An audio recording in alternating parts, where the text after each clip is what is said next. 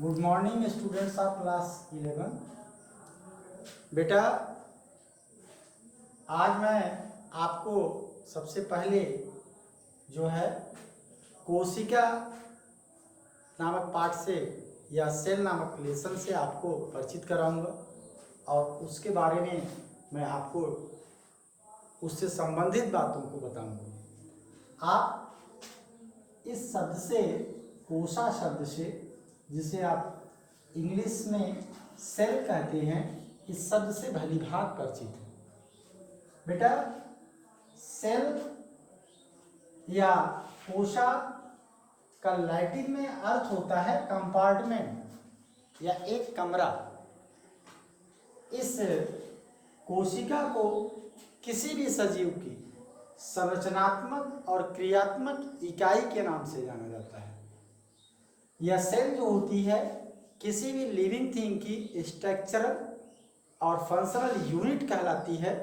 आप यह कह सकते हैं जिस तरीके से एक मकान की संरचनात्मक इकाई ईंट होती है, अर्थात आप यह कह सकते हैं कि एक मकान ईंट से मिलकर के जैसे बना होता है, उसी तरीके से हमारा ये शरीर जो होता है छोटी छोटी ईंट जैसी सेल से मिलकर के बनी होती है।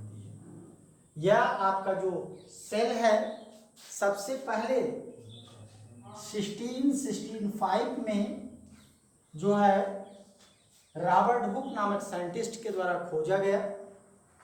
जो यह रॉबर्ट हुक ने सेल को देखा, इस रॉबर्ट हुक सर ने जिस सेल को देखा था, यह सेल जो होती है आपकी कार्क के द्वारा ऑब्जर्व उनके द्वारा किया गया। कार्क कहने का अर्थ होता है लकड़ी का एक टुकड़ा। यह कार्क आपका जो है उसकी पतली सी स्लाइस उन्होंने ब्लेड से काटी और उसके बाद स्वनिर्मित सूक्ष्मदर्शी के द्वारा उन्होंने उसको क्या किया, उसका अध्ययन किया। उन्होंने पाया कि ये जो सेल है वह एक कंपार्टमेंट के जैसा, अर्थात इस तरीके से हेक्सागोनल स्ट्रक्चर उसका दिखा और ये मधुमक्खी के छत्ते के जैसे बेटा, यहाँ पे उन्होंने जिस सेल को देखा था वह सेल उनको मधुमक्खी के छत्ते की भांति दिखाई पड़ी और सबसे पहले उन्होंने ही कोशिका शब्द को या सेल शब्द उन्हीं के द्वारा कहा गया। इस तरीके से आप यह कह सकते हैं कि सर्वप्रथम सेल किस साइंटिस्ट के द्वारा सेल वर्ड का यूज किया गया। आप कह सकते हैं कि by which scientist who coined the word cell, then you will be say that Robert Hooke sir ने सबसे पहले सेल वर्ड को कॉइन किया। यही आप अगर इस सेल की बात करें तो रॉबर्ट हुक सर के द्वारा जो सेल देखी गई थी 1665 में, ये एक मृत सेल थी, अर्थात ये इस सेल में जो जीवद्रव्य था वह उपस्थित नहीं था, सूख चुका था, क्योंकि ये सूखी लकड़ी के द्वारा देखी गई थी।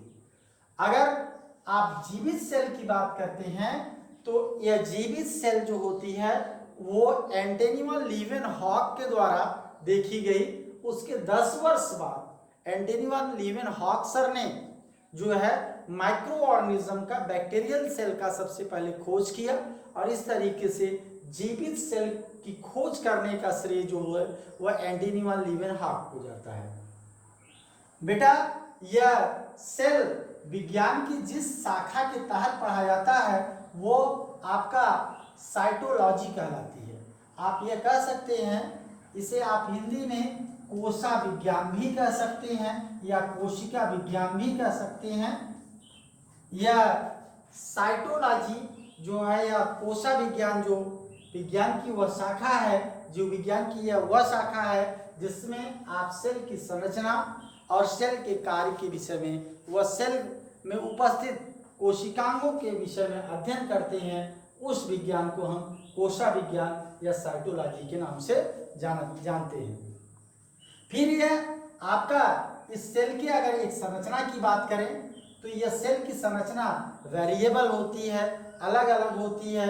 यह सेल आपका हेक्सागोनल इस तरीके से भी हो सकता है, बहुभुजाकार भी हो सकता है, आयताकार भी हो सकता है, गोलाकार भी हो सकता है, या आप कह लीजिए ढोलक नुमा भी हो सकता है। इसके अलावा ये सेल इर्रेगुलर आकार का भी हो सकता है, अनियमित आकार का। जैसे अगर आप तंत्रिका कोशिका के विषय में बात करें तो इसका आकार इर्रेगुलर होता है। इस तंत्रिका कोशिका के द्वारा संवेदनाओं को ग्रहण करने का काम किया जाता है। बेटा यह जो सेल होती है यह किस लिए किसी भी जीवधारी की संरचनात्मक और क्रियात्मक इकाई कही जाती है, हम आपको पहले इस बात को बताने की कोशिश करेंगे।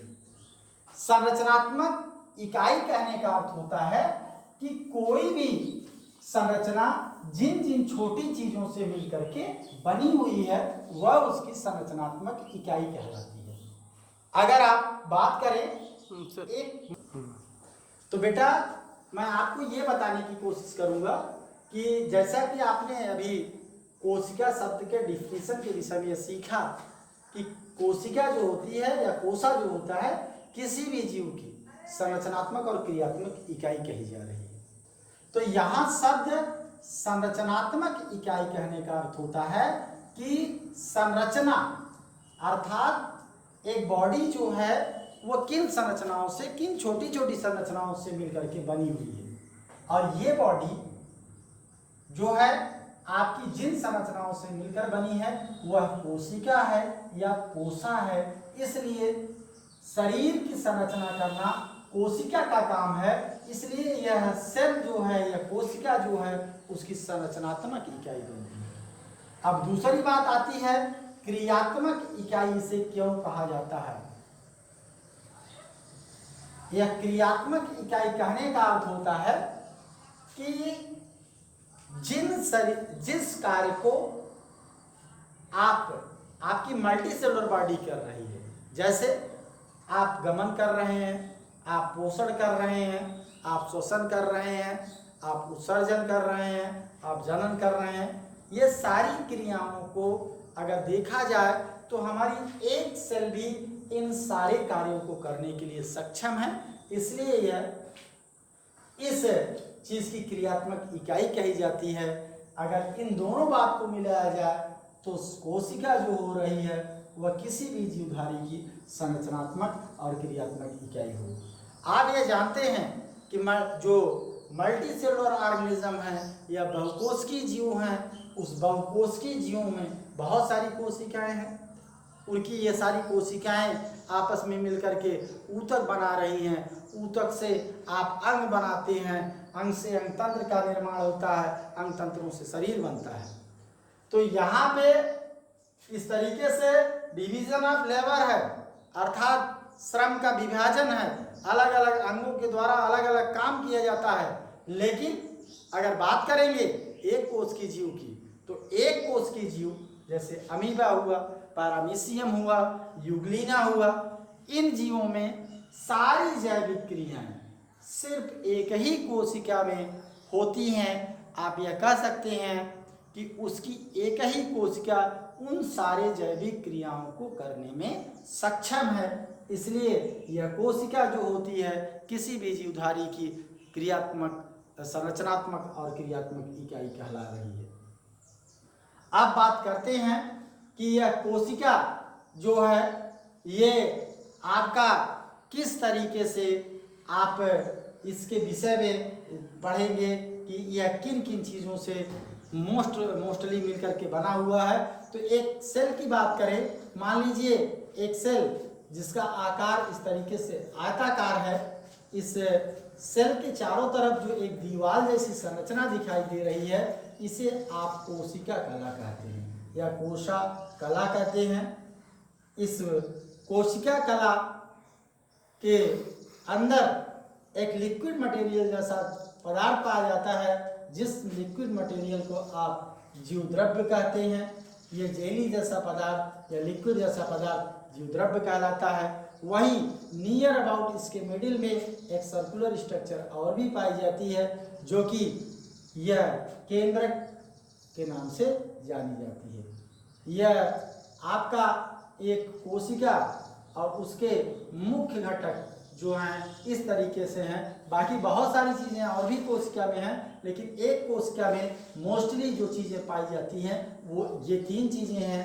आप कोशिका कला, केंद्रक, तेजीवद्रव्य। इस कोशिका कला के ऊपर यदि यह एक पादप कोशिका होती है, ये एक वनस्पत कोशिका होती है या एक पौधे की कोशिका होती है, तो इस कोशिका कला के ऊपर एक दृढ़ और कवरिंग होती है, जिस रिजिड कवरिंग को आप सेल वॉल कहते हैं, या आप कह सकते हैं कि यह कोशिका कला के ऊपर एक अतिरिक्त और भी कोटिंग पाई जाती है जो सेल वॉल कहलाती है।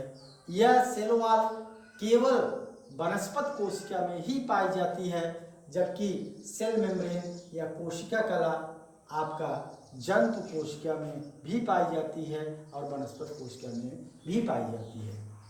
फिर आप ये देखेंगे कि यह जो कोशिका कला है यह जीवित पदार्थों से मिलकर के बना होता है।